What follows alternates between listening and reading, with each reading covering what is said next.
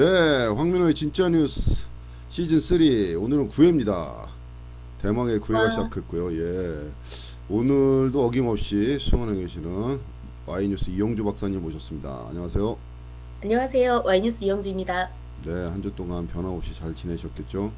네, 덕분에 잘 지내고 있습니다. 네, 대표님의 하회와 같은, 아무튼 뭐 잘 지내요. 네. 오늘은 5월 11일 밤 11시 15분을 넘어가고 있습니다. 자, 오늘 우리들이 나눠볼 대담은 또 어떤 주제가 있을까요? 대표님, 작년에 국내에서 꿀벌이 78억 마리가 사라졌다고 합니다. 예, 얼핏 제가 농사 이쪽에 관심이 많아서 아, 그 자격증 있으시죠? 꿀벌의 그런 거 양봉 이런 거에 대해서 좀 네네. 뭐 이렇게 뉴스에 관심 있게 보는데 점점 날이 갈수록 시간이 갈수록 이게 뭐냐 꿀벌이라고 해야 되나요? 이미 토종벌은 이제 거의 이제 뭐 멸종했고 양봉이라 해서 이제 들여와서 이제 꿀을 치는 그런 음, 벌들이 많이 없어지고 있다는 얘기를 들었어요. 그게 꽤 오래됐대요. 그러니까 한 예, 15년 정도 전에 벌써 2006년이니까 맞아요. 10, 7년 뭐 이 정도부터 이렇게 문제가 됐다고 하고요. 벌통을 나가면 돌아오질 못한다고 하더라고요. 그러니까요. 벌들이. 올해는 벌써 100억 마리 이상이 사라질 거거나 폐사할 거라는 그런 전망이 또 나오고 있다고 해요. 네, 그래서 그것 때문에 꿀 벌통 예, 하나가 예. 원래 한 20만 원 정도 했는데 30에서 40만 원까지 올라갔다고 하더라고요. 귀해져 갖고. 아, 그럼 한 거의 2배 가까이 올라간 거네요. 예. 200% 가까이 뛰어오른 거네요. 그래도 구하기가 어렵대요. 벌들이 없어서. 어렵다고요? 예.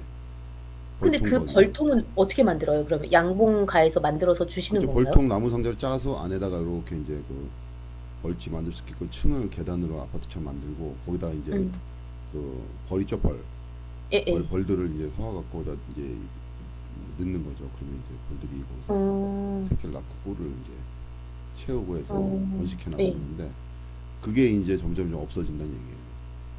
여왕벌도 거기다 넣어놔야 되는 거예요? 그렇죠. 영벌이 없으면 벌들이 안 모이죠. 아, 대표님, 그래서 지금 올해 약 13억 마리가 이미 사라졌대요. 올해. 엄청 사라지네요. 예. 농, 왜 이렇게 사라지는 거죠? 그 원인이 뭐예요? 그래서 이게, 저도 이게, 약간 웃기기는 한데, 과로사 한다라는 거예요. 과로사. 꿀벌들이. 음, 그러니까 지구 온난화가 지금 이미 너무나 많이 진행이 됐잖아요. 네, 기후 그러니까 변화, 겨울에, 온난화라고 하기엔 그렇죠. 그렇고 기후 변화라고 하죠, 이거. 네, 맞는 말씀이신 것 같습니다. 그래서 겨울에도 너무 온도가 상승이 되니까 얘네들이 겨울에도 꽃핀 거 되게 많이 볼 수 있잖아요. 남쪽에서는 조금 예, 예, 따뜻하면 뭐 개나리 벚꽃 이렇게 피잖아요. 예. 그러니까 이 꿀벌들이 일해야 될 땐가 보다 하고 나갔다가 그 겨울에서부터 봄까지 정작 활동해야 되는 봄, 여름까지 살지를 못하는 경우도 있고요. 그다음에 이제 동사하는 경우도 있고요. 그러니까 과로사하는 경우가 있다고 하더라고요. 네, 그다음에 뭐 천적 얘기도 나오거든요. 말벌들이 네, 있기 때문에 그 말벌들에 이제 잡아 먹혀서 이렇게 얘기를 하는데 사실 천적은 생태계에서 언제나 있는 거잖아요. 기후 변화가 네, 있지 네, 않아도 네. 있었던 거니까 그거는 조금 설득력이 높지 않다고 보고 뭐 응애라고 하더라고요. 쬐끄만 뭐 진드기라고 예, 예, 하는데 응애. 뭐 예. 그런 것 때문에 이제 뭐 벌이 좀 피해를 입는다 이런 분석도 나오기는 하더라고요. 뭐 바이러스 때문에 그렇다 이런 것도 있고 뭐 이제 벌들이 이게 네. 지금 좀 도시에서 가까이 이제 양봉을 하다 보니까 도시에서 이제 많이 나오는 뭐 빛, 전자파 비. 뭐 이런 것 아, 때문에 이제 그 나가서 찾아서 돌아올 때 길을 잃어버리는 거예요. 예, 아 그래요? 그게 영향을 그런 그 준다고요? 전파 뭐 이렇게 벌들이 못 음, 오게끔 이렇게 교란이 돼 갖고 그래서 아 네네. 여기가 집인가 하고 저쪽으로 갔다가 이제 죽는 아이고, 거죠. 집에 못 들어오면 죽으니까. 뭐 그쵸. 그렇게 해서 여러 가지 다양한 요인이 있는데 결정적으로는 뭐 이제 학자들이 연구한 뭐 정답은 뭐 이렇다 좀 뭐 이렇게 딱 음, 내지 못했는데 이제 네네. 환경이 많이 그 생태계가 많이 변하기 때문에 도시화가 되고 오염이 되기 때문에 그러지 음, 않을까 하고 이게 추측하는 거죠. 음. 꿀벌들한테 미안하네요. 최근 농촌진흥청이랑 한국양봉협회에 따르면은 경기도도 피해가 많대요. 경기도 경기도도 그렇죠. 지난달 기준 해가지고, 그러니까 4월이죠. 4월 기준해서 2,927곳 중에서 1,321곳이 이미 피해를 입었다고 하고요. 특히 예, 뭐 맞아요. 남양주, 고양, 양평 이런 데서 예, 피해가 크다고 하고, 그다음에 꿀벌이 좀 중요한 이유가, 인간이 재배하는 작물에 1,500여 종이 있는데 벌이 이제 수분하는 거 있잖아요. 요게 수분 30% 수정을 정도. 시켜주죠. 그러니까 그렇죠, 그렇죠. 예, 생태계에 그게 굉장히 중요한 건데 벌이 예, 중요하죠. 굉장히 그 예, 예, 정말 그 중요하죠. 30% 정도가 그렇죠. 식물들이 바람을 생산되는 거. 날려서 꽃씨를 날려서 이렇게 수정을 하는 거하고 동물들이나 이런 게 뭐 곤충 특히 충에 의해서 이렇게 수정을 음, 하는 게 있는데 그게 한 30% 정도 될 거예요. 전체 식물 중에. 네, 예, 맞아요. 근데 예. 그게 이제 타격을 입는 거죠. 그렇게 되면. 특히 그리고, 과실수 같은 거, 배, 네, 뭐 사과 네, 이런 것들은 맞아요. 이렇게 벌들이 있어야 되는데 그게 이제 그렇죠. 안 되다 보면 그런 거에 예. 이제 영향도 오고 여러 가지 생태계가 지금 우리가 살고 있는 생태계가 화학적인 거 아니면 이렇게 뭐 전자파 같은 거 이런 걸 많이 눈에 보이지 않지만 오염돼 있다고 볼 수가 있죠. 그 주요 작물 중에서 이제 100개가 있다고 했을 때 71종이 벌에 의해서 이제 또 매개가 된다고 하더라고요. 맞아요. 그러니까 이렇게 이제 꿀벌이 사라지기 시작하면은 2-3개월 안에는 양봉 농가가 피해를 당하는데 1년 내에는 식량 위기 문제로 이어진다고 맞아요. 하더라고요. 예, 그러니까 이게 정말 가볍게 봐서는 안 되는 문제인 거거든요. 예. 절대 가볍게 생각하면 안 됩니다. 예. 예. 그러니까 지금 저는 뭐 대표님 전에 말씀 올렸었지만 채식을 지금 하고 있긴 이게. 하지만, 예, 완전 비건이시잖아요.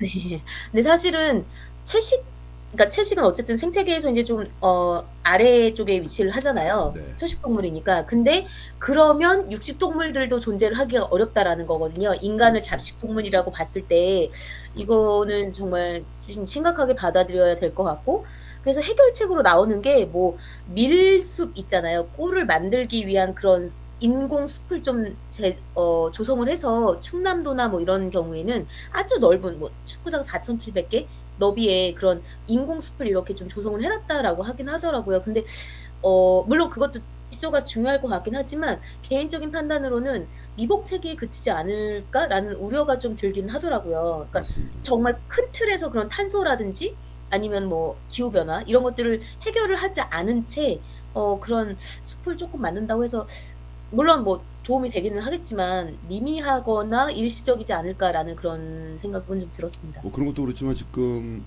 그 벌에 대한 생태에 대한 연구가 그렇게 미진해요. 사실은 다른 그 곤충이나 동물에 아, 그래요? 비해서 어.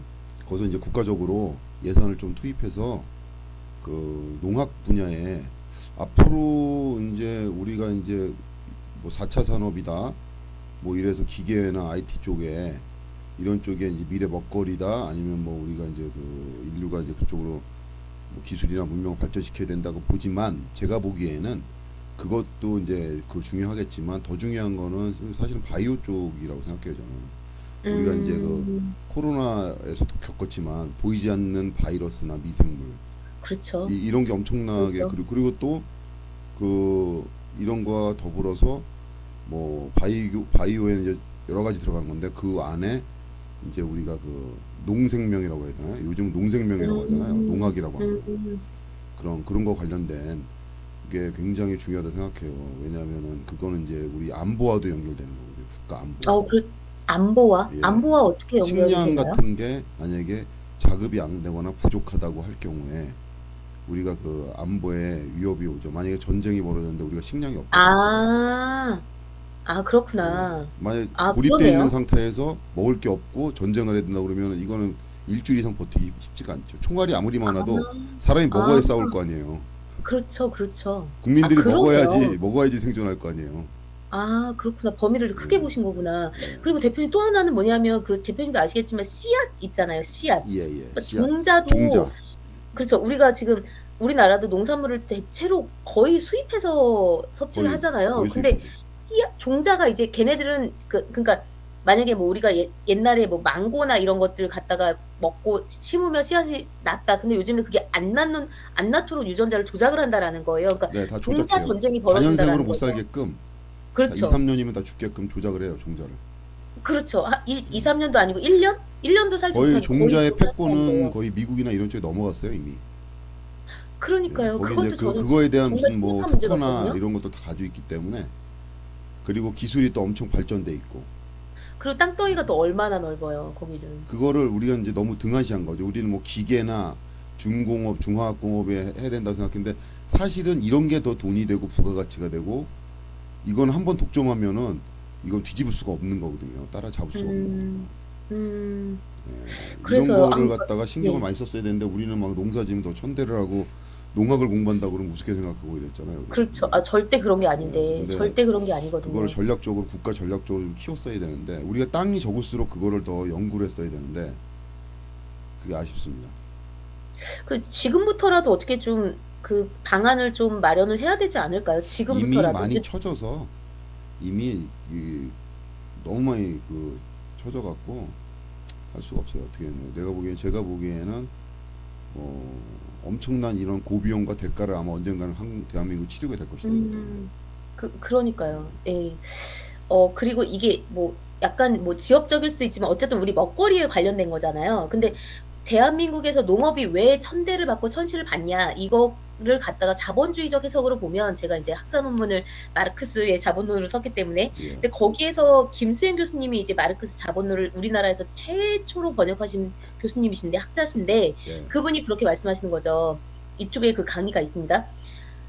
우리가 돈을 많이 받지 않아도 되는 게 뭐냐면 농산물이 싸기 때문이라는 거예요. 예, 그러니까 우리나라는 외침이 잦았기 때문에 옛날부터 예, 그러니까 돈을 조금 받아도 배는 안 골마. 이러면 그래도 어느 정도는 만족을 한다라는 거예요. 그 네, 본인이 받는 임금에서. 네, 그러니까 먹거리가 쌀 수밖에 없다는 거죠. 네, 그러니까 농업이 레드오션일 수밖에 없다라는 거예요. 블루오션이 되기가 어렵다라는 거죠. 예, 특정 품종이나 이런 거 제외하고는요. 네. 그런데 지금 이제 뭐 자본론이나 이런 시각으로 보면 맞는데, 현실에서 제가 보는 거는 농사 이거 져서 돈이 안 돼요.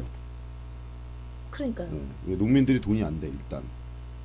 이게 응. 이제 만약에 내가 같은 노동을 했어요. 같은 노동을 해서 무슨 뭐 얼마치 생산했는데 공장에서는 300만 원을 받는데, 공장에서 똑같은 시간에 농업을 하면은 그 반의 반도 못 벌고, 아니면 농업은 더 그 공장 일한 그렇죠. 거보다 더 노동 강도가 몇 배 높은데도 소득이 더 안 되고, 그렇죠. 이러다 보니까 더 안 하고 뭐 이런 식으로 되는데, 더 중요한 거는 뭐냐면, 지금 아마 느낄 거예요. 그러다 보니까 농산물이 비싸졌어. 아, 그래요? 예. 비싸졌다고요? 예전에 근데 비해서 농산물이 외국에 비하면 엄청 비싸요, 예, 예. 우리나라는. 아니 저는 근데 이 가격이 제대로 된 가격, 그러니까 제대로까지는 아니고 그나마 원래 더 비싸야 되는 건데 조금은 그래도 제 가격에 가까워지고 있다 이렇게 판단이 들거든요. 근데 그게 이제 비싼 네. 게 그 농민들한테 다 돌아가면 되는데, 그 그게 이제 유통 유통책이나 뭐 과정에서 이렇게. 다 이제 상상하는 사람들이 가져가는 게 문제인 거죠. 농민들한테 다 음. 고스란히 들어가면 좋은데, 농민들은 그 밭대기 하지 않나요? 그래서 연초에 아예 계약을 하잖아요. 그 뭐 밭 한 마지기에 뭐 100만 원 뭐 이런 식으로 좀 뭐 싸게 계약하는 걸로 알고 있는데. 그런 것도 있고, 일부가 이제 공장식으로 해서 독점을 하는 거죠. 아, 독점을. 품목을 독점을 해갖고, 시장이 작다. 우리나라는 시장이 작으니까. 아, 농업 시장이 예, 작으니까요. 예. 소비 시장이 작으니까 한 회사가 독점을 하면 이렇게 대한민국이 공급할 수 있는 거를 상당 부분을 갖다가 커버를 하니까, 그쪽에서 가격이 좌지우지 되는 거죠. 거기서 다. 아, 예. 그러면 매점매석을 한다는 말씀이신 거예요, 매점 대표님? 매석이라고 하기는 그렇고, 그냥 뭐 독점. 경쟁에서 그 사람들 우위를 점하는 거죠. 대량 생산을 하니까. 그게 돼요? 상추 같은 신기하네. 경우도 예, 예. 상추 회사가 있어요. 그래서 땅이나 회사가 이런 거를 있어요? 엄청 크게 해갖고 상추를 대량으로 재배를 해서 굉장히 오, 싸게 그래요? 납품을 해요. 이게 뭐냐면, 상추가 많이 들어가잖아요. 고깃집에 다 들어가야 되니까. 많이 들어가죠, 예, 요즘에. 그래서 네. 상추를 납품하고 뭐 이렇게 하는데, 일반 농민들이, 회사가 아니고 공장이 아닌 일반 농민들이 개인이 상추를 져서 출하하고 납품하려면 제값을 못 받아요. 팔로도 없고. 팔로가 예, 없어요. 그만큼 또 물량도 안 되고. 음, 물량이 음, 많아야지 싸게 대량 판매를 하는데, 안정적으로 그게 안 되죠. 아, 그래서 여러 가지로 예, 난제네요. 예. 그래서 이제 뭐 여러 가지, 그리고 이제 그게 문제가 이제 어떻게 되냐. 야채 값이 어떨 땐 엄청 싸. 아직도 우리는 이 농수산물은 굉장히 후진적이에요. 공산품은 가격을 균일하게 유지하잖아요. 만약에 그쵸, 그쵸. 예, 맞네요. 그러네요. 등락폭이 없잖아요. 예, 예, 예. 거의 예. 적잖아요. 근데 농산물은 어떨 때는 상추 한 박스에 5천 원 하다가 어떨 때 뭐 홍순하고 어떨 때는 한 그렇죠. 박스에 4만 5만 완전. 원에. 그쵸. 예. 완전 이래 올라가죠. 갖고 그 농산물에 대한 공급을 안정적으로 못해요. 가격을. 그게 뭐, 왜 그런 어, 그러면 그럴 수 있지, 안 먹으면 되지 하는데 그게 안 돼. 왜 안 되면 안 이게 먹는 바로 건 안 되죠. 예. 자영업자의 이익과 직결되는 거예요. 중소 자영업자들의, 특히 자영업자. 요식업자. 만약에 내가 중국집을 해요. 중국집 하면 야채 많이 예, 예, 들어가잖아요. 예, 예, 예. 양파든가. 양파 항망이 맨날 틀려. 너무 어떨 때 엄청 비싸다가. 근데 그걸 쟁여놓을 수가 없어, 양파를. 바로바로 음, 공급할 수밖에 없는 음, 거예요. 음, 비싸도 울며 거저 먹기로 살 수밖에 없는 거야. 양파를 들어가야 음. 되니까. 그러면 그게 비싸면은 자영업자의 마진에서 원가가 높아지기 때문에 마진에서 줄어드는 거지. 내 이익이. 음, 자영업자들한테 타격이 오는 거지. 이런 식으로 그렇군요. 아직도 후진적이에요. 우리나라 농산물 유통 체계가. 너무 지금 문제예요, 지금. 그래서. 근데 정부는 그냥 시장 원리에 맡기겠다 이래서 그냥 다 두 손 놓고 있는데, 제가 보기에는 일본을 좀 본받는 게 좋고, 일본 같은 경우에는 야채 농산물이 엄청 싸요. 그래요? 근데 농민들은, 농사 짓는 사람들이 뭐 우리나라처럼 뭐 저소득이 아니야. 한 중소득 정도는 돼. 그렇게 정부에서 유지를 해줘. 오, 중소득 정도 되게끔. 중소득이 된다고요? 예, 그러니까 일본 소득 기준에서 오. 그렇게 해서, 그러니까 젊은 사람이 농사 짓는 사람 많아요, 일본은. 예전에 제가 그 청년 농부, 예, 그러니까 부모님의 농업을 이어받으신 분을 만나뵌 적이 있는데, 예, 우리 뭐 그런 거 많이 얘기하잖아요. 그래서 대표님도 예전에 뭐 그러셨던 것 같은데 비슷하게. 그러니까 나 나이 들면 뭐 시골에 가서 땅 하나 사가지고 네, 그냥 슬슬 농사나 지으려고 이렇게 얘기하잖아요. 네, 근데 네, 슬슬이 안 된다라는 거예요. 네, 자리 잡기까지는 수익이 발생할 때까지는 한 10년 정도가 맞아요. 필요하고요. 엄청나게 되게 노력. 많이 노력해야 되고요. 네. 아주 많은 걸 알아야 된다고 하더라고요. 그리고 농사 짓는 게. 농사도 옛날에 우리가 땅에다가 뭐 돈 뭐 좀 싸서 짓겠지 이게 아니라, 요즘은 대량 생산하고 품질을 균일하게 유지해야 되기 때문에 엄청난 시설 투자가 많이 들어가요. 몇십억씩 들어가야 돼요, 시설 투자가. 그렇죠. 예, 이게 그렇죠. 작은 사업이 아니에요. 그래서 작은 사업이 아니죠. 이게 그러니까 정부 지원이 간다고 해도 그거는 빚잔치인 거죠, 사실은. 초기에 한 근데 십몇 년 그렇게 동안은. 해서도 판로가 또 이게 마땅치가 않아. 판로가. 맞아요. 맞아요. 그 말씀도 하시더라고요. 그래서 그게 음. 문제고, 하여튼 우리나라 농업은 또, 근데 그렇다고 해서 농업을 없애거나 등한시할 수는 없는 거고, 그럼 우리 절대 안 되죠. 먹거리가 걸려 있는 거고, 그게 식량은 우리 안보하고 그럼요. 직결되는 거거든요. 그래서 저 그거를 그 생각은 못 했네요. 전략적으로 돈을, 예산을 많이 투자해서 농업을 유지를 시켜줘야. 농업을 유지시킨다는 건 뭐예요? 농민들을 유지시켜야 되거든요. 농민들이 그렇죠. 있어야 농업이 유지되는 건데, 농민들이 지금 돈벌이가 안 되니까 다 이탈을 하면 농업이 유지가 안 돼요. 이거를 누가 왜냐하면은 이게, 누가 아무리 기계화 시킨다고 해도 농업이라는 게 사람이 수작업을 많이 할 수밖에 없고, 기술이 또 필요하고, 농사 기술, 키울 수 있는 맞아요. 기술, 이런 그렇죠. 거가 이게 노하우. 하루아침에 되는 게 아니기 때문에, 그렇죠. 그거를 유지를 시키려면은 사람들이 어느 정도 먹고 살 수 있을 정도로 보장을 해줘야 되거든, 농민들한테. 맞아요. 그게 그래서 안 되니. 그게 안 되면 이거는 점점 농업은 무너지고, 우리는 언젠가는 그 대가를 아주 혹독하게 치를 거다. 예? 다 중국이나 어디서 비싼 가격에 사다가, 고기보다 야채가 비싸서 야채를, 아껴 먹을 수 있는 그런 상태가 올지도 몰라요. 맞아요, 대표님. 그게 맞아요. 정말. 진짜 그게 맞아요. 정말로. 그 미국의 할렘가 있잖아요. 할렘가에 그러니까 좀 이렇게 저소득층이잖아요. 네, 그 친구들이 약간 이렇게 체형이 이렇게 되잖아요. 그게 네, 왜 그러냐면 양질의 그런 채소나 이런 먹거리가 너무 비싸다는 거예요. 비싸니까. 콜라나 이런 건 싼데 햄버거나 고기 오히려 이런 건 뭐 엄청 싸잖아. 그렇죠. 맞아요. 그건 싼데 그러니까 체형이 이렇게 된다라는 거예요. 그렇죠. 그렇게 돼요. 이제 이게 앞으로 대가를 치를 거야, 아마 한국도. 그 대가는 이제 돈 있는 사람이 치르는 게 아니라 돈 없는 사람들이 대가를 치러왔지. 언제나 농사를 그랬듯. 등한시한 대가를. 그래서 어쨌든 꿀벌은요, 대표님, 뭐 로봇 드론을 만들어서 그거를 수본을 시킨다? 이것도 이제 논의가 되고 있다고 합니다. 오히려 이제 그 비행체 있잖아요. 공중을 날아다니는 비행체. 네네네. 비행체 때문에 벌들이 이렇게 귀환을 못 한다는 그 연구도 있어요. 왜냐면 그래요? 비행체들이 많아졌잖아요. 지금 드론도 많아지고, 비행기도 공중에 많이 다니고, 헬리콥터도 많이 많이 다니고. 다니죠. 예, 예.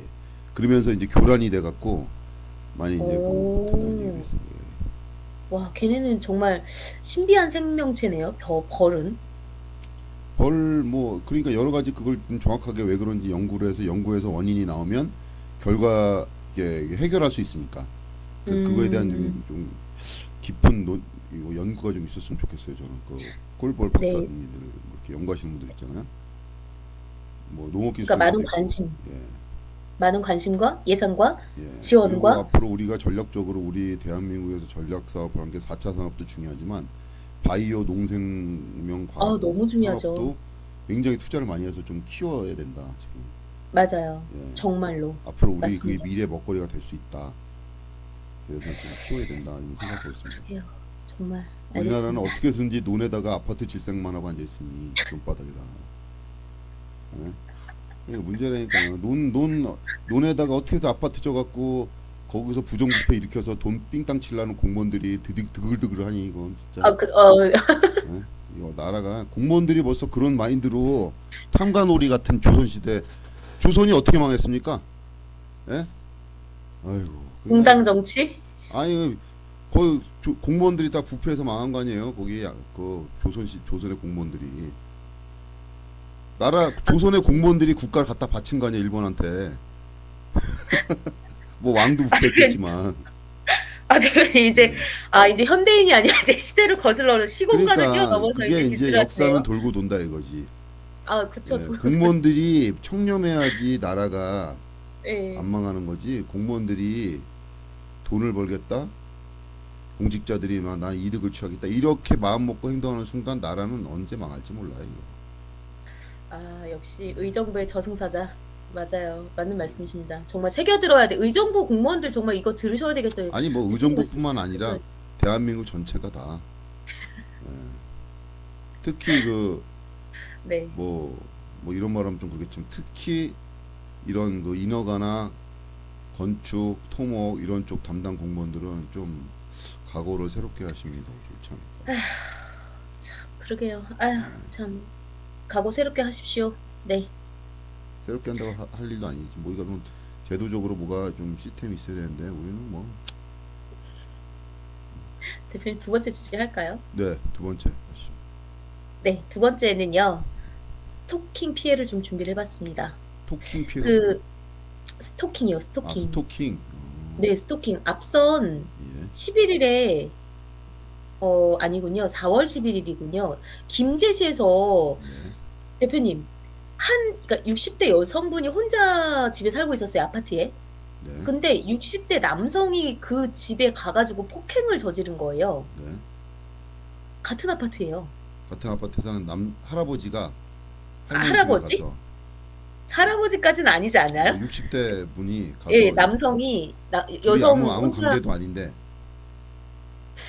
관계였겠죠. 관계였으니까 어, 그렇게 했겠죠. 그래서 뭐 스토킹 잠정 조치 1, 2, 3호 했다가 불구속 입건돼서 풀려났는데 같은 아파트에 해가지고 이제 그 남성을 구속을 했거든요. 또 하나는 뭐냐면은 전 남편이었어요. 이건 이제 익산시였는데 이달 4일에 일어난 거거든요. 예. 전남 익산시였는데 전 남편 60대예요. 또 60대 남편이 전 부인 40대 집에 휘발유를 들고 가가지고요. 불을 질렀어요. 그리고 남편은 옥상에서 뛰어내렸어요. 오, 그래요? 예. 어떻게 그래서 멀쩡하신가요?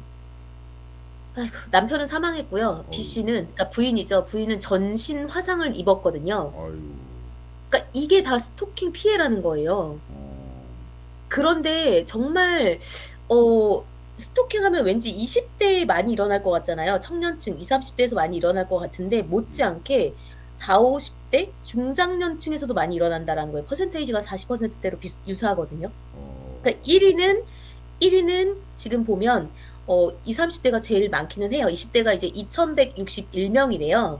예, 21.54%죠. 근데 40대가 또 2,128명이에요. 못지않아요. 21%예요. 네, 60대도 많아요. 50대도 많고요. 50대가 19.56%로 20% 정도 되고요. 그다음에 60대가 10% 가까이 되는데 9.33%고 19살 미만 소년범도 있어요. 네, 그래요? 어유, 스토킹이 예전에도 막 심각했는데 아직까지 그게 뭐 이렇게 개선이 된 거리가 아직까지. 없네. 그러니까 이 지금 스토킹 처벌법이 있긴 하잖아요, 대표님 아시겠지만 네, 스토킹 처벌법이 2021년 3월 24일에 통과해서 국회 통과해서 10월 21일부터 같은 해 시행이 됐는데 사실상 1999년부터 논의가 됐다고 해요. 네. 이제 대학생 되거든요. 그러면. 그러니까요. 예전부터 뭐 스토킹 피해, 뭐 스토킹 범죄 이런 게 심각했었잖아요. 근데 저희 학교 다닐 때 사실은 그 같은 과 여학생의 친구였거든요. 네. 근데 그러니까 약간 비슷하긴 하죠. 데이트 폭력처럼 이렇게 데이트를 마치고 나서 그 남자가 여자 집 앞으로 가가지고 그래서 폭력을 행사했나? 그래가지고 그 여성이 자살을 시도한 사건이 있었거든요. 그러니까 그때 당시에도 되게 심각했었다라는 거죠. 스토킹이. 그래서 스토킹 처벌법을 좀 찾아보면 우리 대표님은 어떤 게 스토킹이라고 판단하세요? 상대방이 싫어하는데 계속 전화나 뭐 이렇게 매달리는 거 이런 거 스토킹 아닐까요? 싫어한다고 의사표시를 했음에도 무시하고 그렇죠. 계속 네, 그렇죠. 연락하거나 그러니까 아니면 만나자고 매달리거나 뭐 이런 거 그렇죠. 근데 찾아오거나 집에. 예. 그렇죠. 스토킹 하면은 이게 물리적으로 어 가해자가 피해자의 그런 어떤 공간에 나타나는 것, 접근하는 것, 이것만 스토킹이라고 볼 수가 있는데 관련 법령에 따르면은 접근하거나 따라다니거나 진로를 막거나 아니면 그 일상적 생활 장소에서 기다리거나 지켜보거나 아니면 우편, 전화, 팩스 아니면 정보통신망을 이용해서 물건, 글, 말, 구호, 음향, 그림, 영상, 화상을 도달하게 하는 행위예요. 도달하게. 그러니까 그 피해자가 확인하는 게 아니라 도달하게 하는 게 스토킹이라는 거예요. 네, 물건을 두는 것도 스토킹이 되는 거고요. 근데 스토킹 처벌법이 사실은 처벌이 꽤 그러니까 약하진 않거든요. 약하진 않아요. 그래서 스토킹 범죄 저지른 사람이 3년 이하 징역, 3천만 원 이하 벌금, 흉기 또는 그 밖에 위험한 물건 휴대해서 스토킹 범죄 저지르면 5년 이하 징역, 5천만 원 이하 벌금이거든요. 그러니까 상한형을 그러니까 정해 놓은 거죠. 그런데 남자 피해자가 많을까요? 여성 피해자가 많을까요, 대표님? 여성 피해자가 많겠죠. 맞아요. 여성 피해자가 많아요. 여성 피해자 성별이 전체 85.28%, 90%에 가깝고요. 남성 피의자가 81.34%예요. 그러니까 이거를 제가 칼럼도 쓰긴 했었는데 예전에.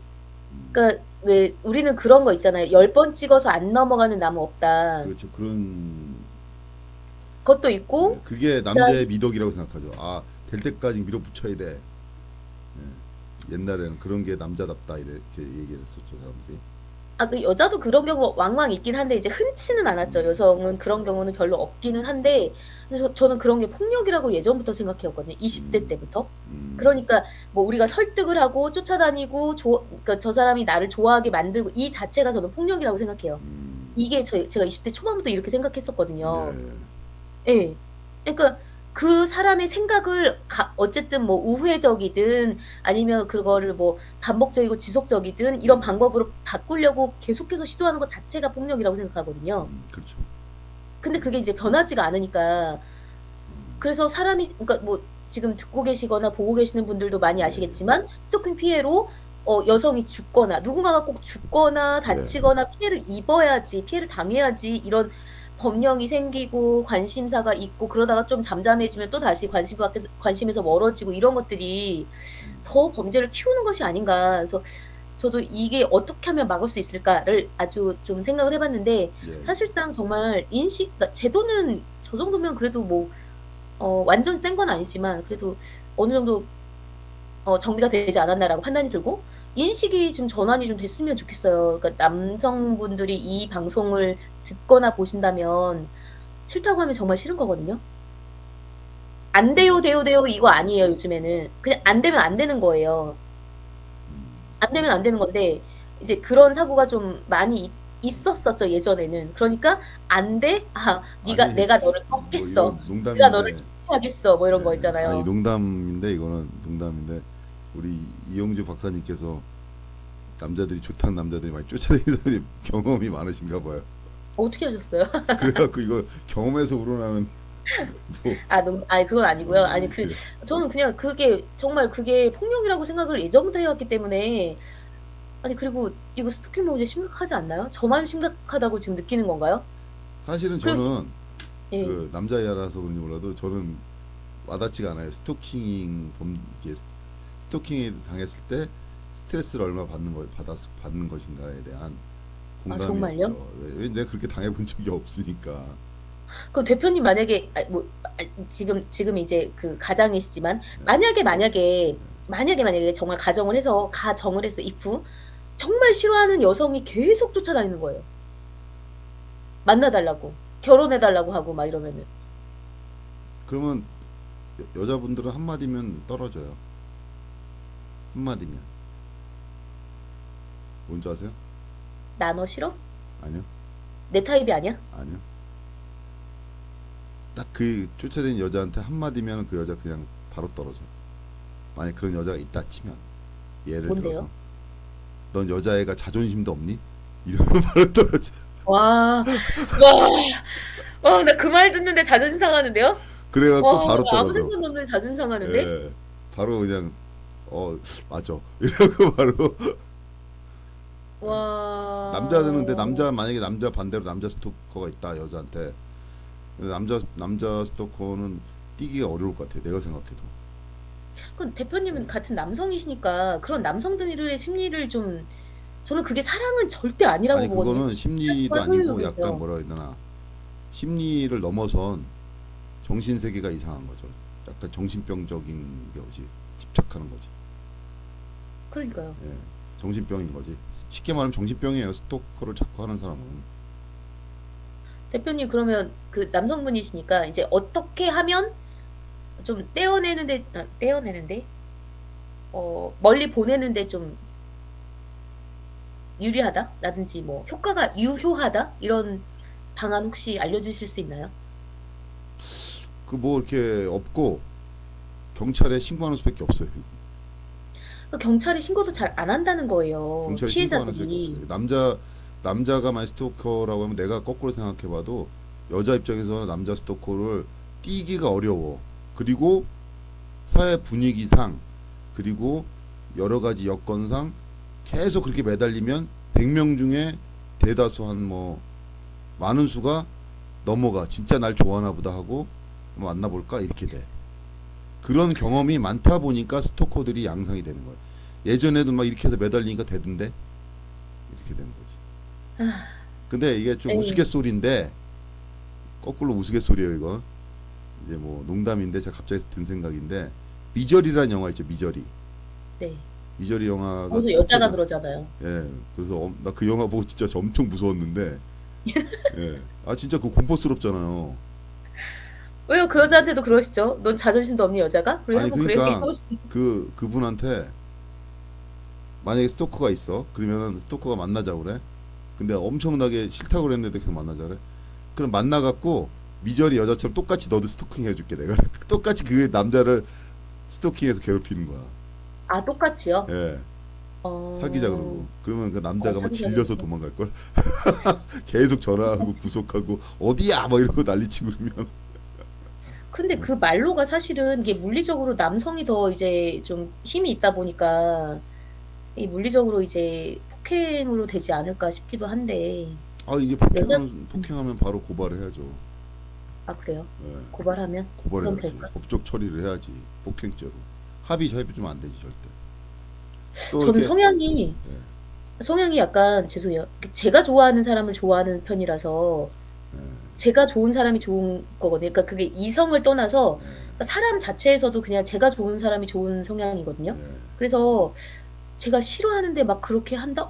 진짜 막 근데 뭐랄까 여성분들 중에 또 그 뭐 내가 좋아하는 그렇게 뭐 그런 게 없고 그냥 나를 좋아해주면 뭐 나한테 호감 갔는데 한번 만나볼까 이렇게 하시는 분들도 많아요 의외로. 그래서 그런 분들이 스토킹에 휩싸일 우려가 막 크지. 아, 대표님, 저희가 이게 이게 오류를 범할 수도 있는 게 조심해야 될 게 스토킹 자체가 어떤 감정과 연관이 안 돼 있을 수도 있을 것 같아요. 그러니까 스토킹을 하는 뭐 건 그렇죠. 예. 호감이 있어서다 이걸 전제로 깔고 가면 그건 절대 안 될 것 그렇죠. 같아요. 호감이 있어서 여기에서. 하다기보다 어쨌든 간에 스토킹은 이제 뭐 사기죠. 그 호감이 있든 없든 괴롭히는 거하고 똑같은 거니까. 그렇죠. 네. 네. 그 왜 괴롭힌다는 그 사람을 이해를 하면 안 된다는 거니까 내 말은. 그러니까 괴롭히는 사람 왜 저럴까 이해를 할 수가 없는 거라고요.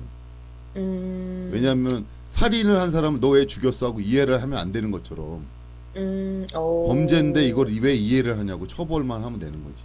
법학도의 그런 왜냐하면 그거를 그 정신세계를 파악을 해야지 막을 수 있지 않을까라는 그런 생각도 있으니까. 제가 보기에는 이거는 정신병이기 때문에 막을 수 없. 정신병을 어떻게 막아요? 제도적으로. 정신병이라고요? 예. 정신병자를 어떻게 무슨 제도로 어떻게 치료해? 정신병인데. 저도 그 사이코패스나 네, 소시오패스나 뭐 이런 사람들 그런 사이코패스가 있잖아요.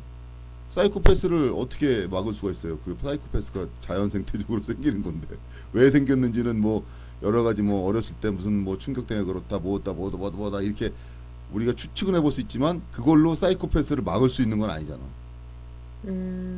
그래서 이거는 저기 거의 사이코패스하고 비슷한 수준이기 때문에 스토킹하는 사람들은 이게 그래서 제가 보기에는 뭐 어떻게 뭐 이해할 수가 없어요. 그 사람들 정신 세계를 이해해서도 안 되는 거고 이해해줄 필요도 없는 거고. 그 상대방의 자유 의지를 정말 전적으로 존중해줘야 됩니다. 진짜로. 그러니까 그게 뭐 이성 간의 호감이든 아니든 집착이든 소유욕이든 뭐 아니면 뭐 정복욕이든 간에 그런 거 진짜 저는 뭐랄까 절대 하지 않았으면 절대 일어나지 않았으면 하고 그다음에 연령이 높은 층에서도 많이 일어나잖아요. 그리고 10대도 있다고 하니까 이게 저희 세대에서 끝나는 게 아니라 4, 50대 뭐 여기서 끝나는 게 아니라 더 계속 연년 세세 대대로 우리 자손들까지 피해를 당할 수 있으니까 지금 정신을 바짝 차려서 관심을 많이 가지고 퇴치 운동 뭐라고 할까요? 좀 관심을 많이 좀 가져야 될 것 같습니다. 네.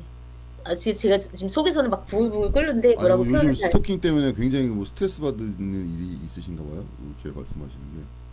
아니요 이거 대표님이 그 여성의 그런 그 공포와 네. 그 어떤 뭐랄까 되게 열받지 않아요? 괜찮으세요 그냥 대표님은? 아니 나는 그게 스토킹에 대한 그 뭐가 이렇게 딱 와닿는 게 없다니까 내가 경험을 못 해봐갖고. 아니 경험이 아니라도 인간은 경험하지 않은 것도 공감할 수 있잖아요. 그런 그러니까 지적인 그냥 머리로 부분이 그러면 안 된다는 걸 하는 거지. 내가 스토킹했을 때 어떤 고통이 있나 그건 내가 모르지. 어떤 어느 정도의 고통이 있다는 건 모르지. 저는 그 피해를 짐작할 수 있을 것 같아요. 그게 어떤 건지 알 수 있을 것 같아요. 그러니까 나의 사상과 행동의 자유와 그다음에 행동 반경에 이렇게 침입을 받고 결국에는 죽기도 하잖아요. 사람이 죽고 사는 일이에요, 이거는. 그러니까 뭐 내가 싫어하는 사람이 날 쫓아다 이 개념이 아니라 이제는 최소 그냥 뭐 폭력이나 뭐 아까 불 지르는 거 이런 거 보셨잖아요. 그러니까 네. 이거는 정말 사람이 죽고 사는 일이니까 절대 다른 사람을 나의 어떤 그런 그 정복의 존재로 이렇게 인식하는 것 자체가 전근대적이면서 미개하다. 이렇게 판단합니다. 네. 네, 알겠습니다. 여기까지 할까요, 그러면? 네. 대표님 별로 말씀 없으시니까. 네. 어떻게, 아니, 뭐 이런 것도 좀 속 시원하게 이렇게 좀 디스 좀 해주고 막 이러면 좋을 텐데. 디스를 뭐 제가 어떻게 이거는 정신병인데 어떻게 그러니까 정신병이라는 얘기를 한 거는 이 논리적이나 이런 쪽으로 풀이가 될 수가 없는 거라니까요. 이해했어요. 네네, 이해했어요. 정신병자를 뭐라고 내가 얘기를 어떻게 진단을 할 수가 없어 이건. 정신병자기 때문에. 알겠습니다. 네. 여성분들은 일단 그 경찰에 빨리빨리 효과가 없어도 신고를 해놓는 게 좋을 것 같아요. 효과가 그래요? 없어도 신고를 하고, 네. 효과 없어도 신고를 신고 기록이라도 해놔야지. 남게. 네, 그리고 그 여성분들도 나름 그 뭐라 그래야 되나요? 그 호신이라고 해야 되나요? 몸을 보호할 수 있는 뭐 장비라든가 뭐 이런 걸 항상 휴대하고 다니면 좋겠어요. 스프레이 뭐 이렇게 뿌린 스프레이든가 뭐 아니면 뭐 전기총이라든가 이런 요즘 많잖아요. 그런 호신 보호구가 만약에 위급한 상황에서 딱 이렇게 탈출할 수 있는 그런 거를 왜냐면은 이제 뭐 급박한 상황에서 경찰이 바로 와주면 좋은데 그렇게 하기가 쉽지 않으니까 그렇죠. 우리가 자력구제할 수 있는 방안을 강구하는 게 좋다고 생각해요. 저는. 좋은 말씀이시네요. 그래야지만 스토커도 무서워. 이거 내가 쉽게 하다가 나도 맞거나 당할 수 있겠다 생각해서 뭐 좀 줄어들지 않을까 좀 생각도 들거든요. 여성이 이제 뭐 미혼 쪽으로 계속 도망가고 왜냐면 이게 학교에서도 약한 애들만 계속 괴롭힘 당하잖아요. 그렇죠. 예, 그거하고 똑같다고. 그게 인간의 예, 본능인데. 예, 외약하니까 더 이렇게 음. 만만하게 더 해서 괴롭히려고 하는 거니까 여성들도 스토커니까 피하거나 뭐 아니면 또 뭐 아니 도망가거나 이렇게 하면 더 그거 자체를 재미를 느껴서 더 쫓아가거나 더 매달리고 막 더 일부러 이렇게 하는 경우도 있거든. 아, 괴롭히려고. 근데 일단 피하긴 피해야 될 것 같기는 해요. 거기서 아니 이게 맞서는 거는 피하기는 예예예. 피하는데 예예. 만약에 어느 상황이 되면 맞설 수 있는 상황에서 맞서야 된다는 거지. 맞설 수 있는 음. 상황에서는 맞설 수 있는 내가 준비를 하고 있어야 된다는 거지. 마음이나 몸이나 그렇게 음. 장비가 되는. 네. 알겠습니다. 네. 근데 그러면 외국 같은 경우에도 뭐 스토커가 많이 사건 범죄 뭐 이렇게 영화 같은 거 많잖아요. 영화가 많잖아요. 근데 외국은 이제 총이 있잖아. 맞죠. 미국 같은 총이 있잖아. 음. 예? 그러니까 서로 조심하잖아. 무섭잖아요. 총 쏴버리면 맞아. 끝나니까.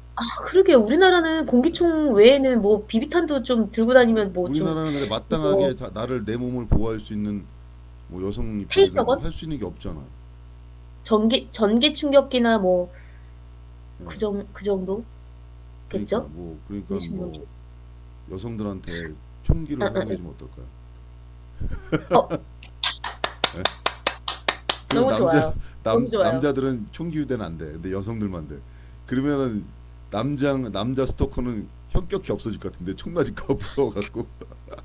대표님, 정말 좋아요. 예? 진짜. 아니 이거 총 네. 맞는다는 총을 쏘진 않겠지만 총 맞는다는 공포감이 생기잖아. 와, 나 잘못해서 총 맞으면 그냥 바로 죽는다 이런 공포감이 생기잖아. 그리고 여자들이 총기를 잘 못 다룬다는 그런 생각이 있잖아요. 더 그러니까 못 다루기 오발이 때문에 돼서 맞지 않을까 더 이러고. 무서워. 어떻게 쏠지 그쵸. 몰라갖고. 못 다루니까 내가 제가 잘못 만져가지고 내가 맞는 거 아니야? 막 이런 거 막 그런 거 있잖아요. 다리 맞아야 되는데 심장 맞고 막 이런 거. 그래갖고 그런 거 생기면 더 좀 많이 줄어들 것 같은데. 좋네요. 알겠습니다. 네, 알겠습니다. 우스갯소리로 좀 해봤습니다. 저는 너무 마음에 들어요. 아니, 그런 게 아니라도 총은 안 되지만 불법이니까 총은 불법입니다, 여러분. 그, 뭐, 호루라기 같은 거 있잖아요. 호루라기라도 들고 다니면 좋겠어요. 그 열쇠고리처럼 그냥 호루라기라도 들고 다니면. 호루라기도 네. 있고 요즘 뭐 어디 쇼핑몰 보면 그 뿌리는 스프레이 있어요. 눈에다 뿌리는 스프레이. 그래요? 매운 스프레이 같은 거. 이게 어, 요만하게 뭐 이렇게 립스틱 크기만한 건데 백에 넣고 그래요? 다니다가 뭐 어, 스토커를 갖다 마주치게 되는데 어디 피할 데가 없다. 이러면은 가만히 있다가 잠깐 와보라고 한 다음에 이제 나를 좋아하려고 하나 할 때 푸식 뿌리고 도망가는 거예요. 엄청 빨리 뛰어서 도망가야 되죠. 아니 눈이 안 보이니까 잡을 수가 없어 상대방은. 그러니까 저는 이것도 사실은 좀 여자 입장에서는 왜 여성은 이렇게 살아야 되나 막 이런 생각도 들고 그러긴 하는데 아무튼 대표님 공감해 주시면서 대책 내주셔서 감사합니다. 여기까지 오늘 할까요? 네, 알겠습니다. 오늘 여기까지 하시고 다음 주에도 또 유익하고 좋은 대화를 또 나눠보겠습니다. 네, 알겠습니다. 고맙습니다. 지금까지 감사합니다. 예, Y뉴스의 이영주 박사님이셨습니다. 좀 한주 동안 또 잘 지내시고 다음 주에 또 뵙겠습니다. 감사합니다. 네, 고맙습니다.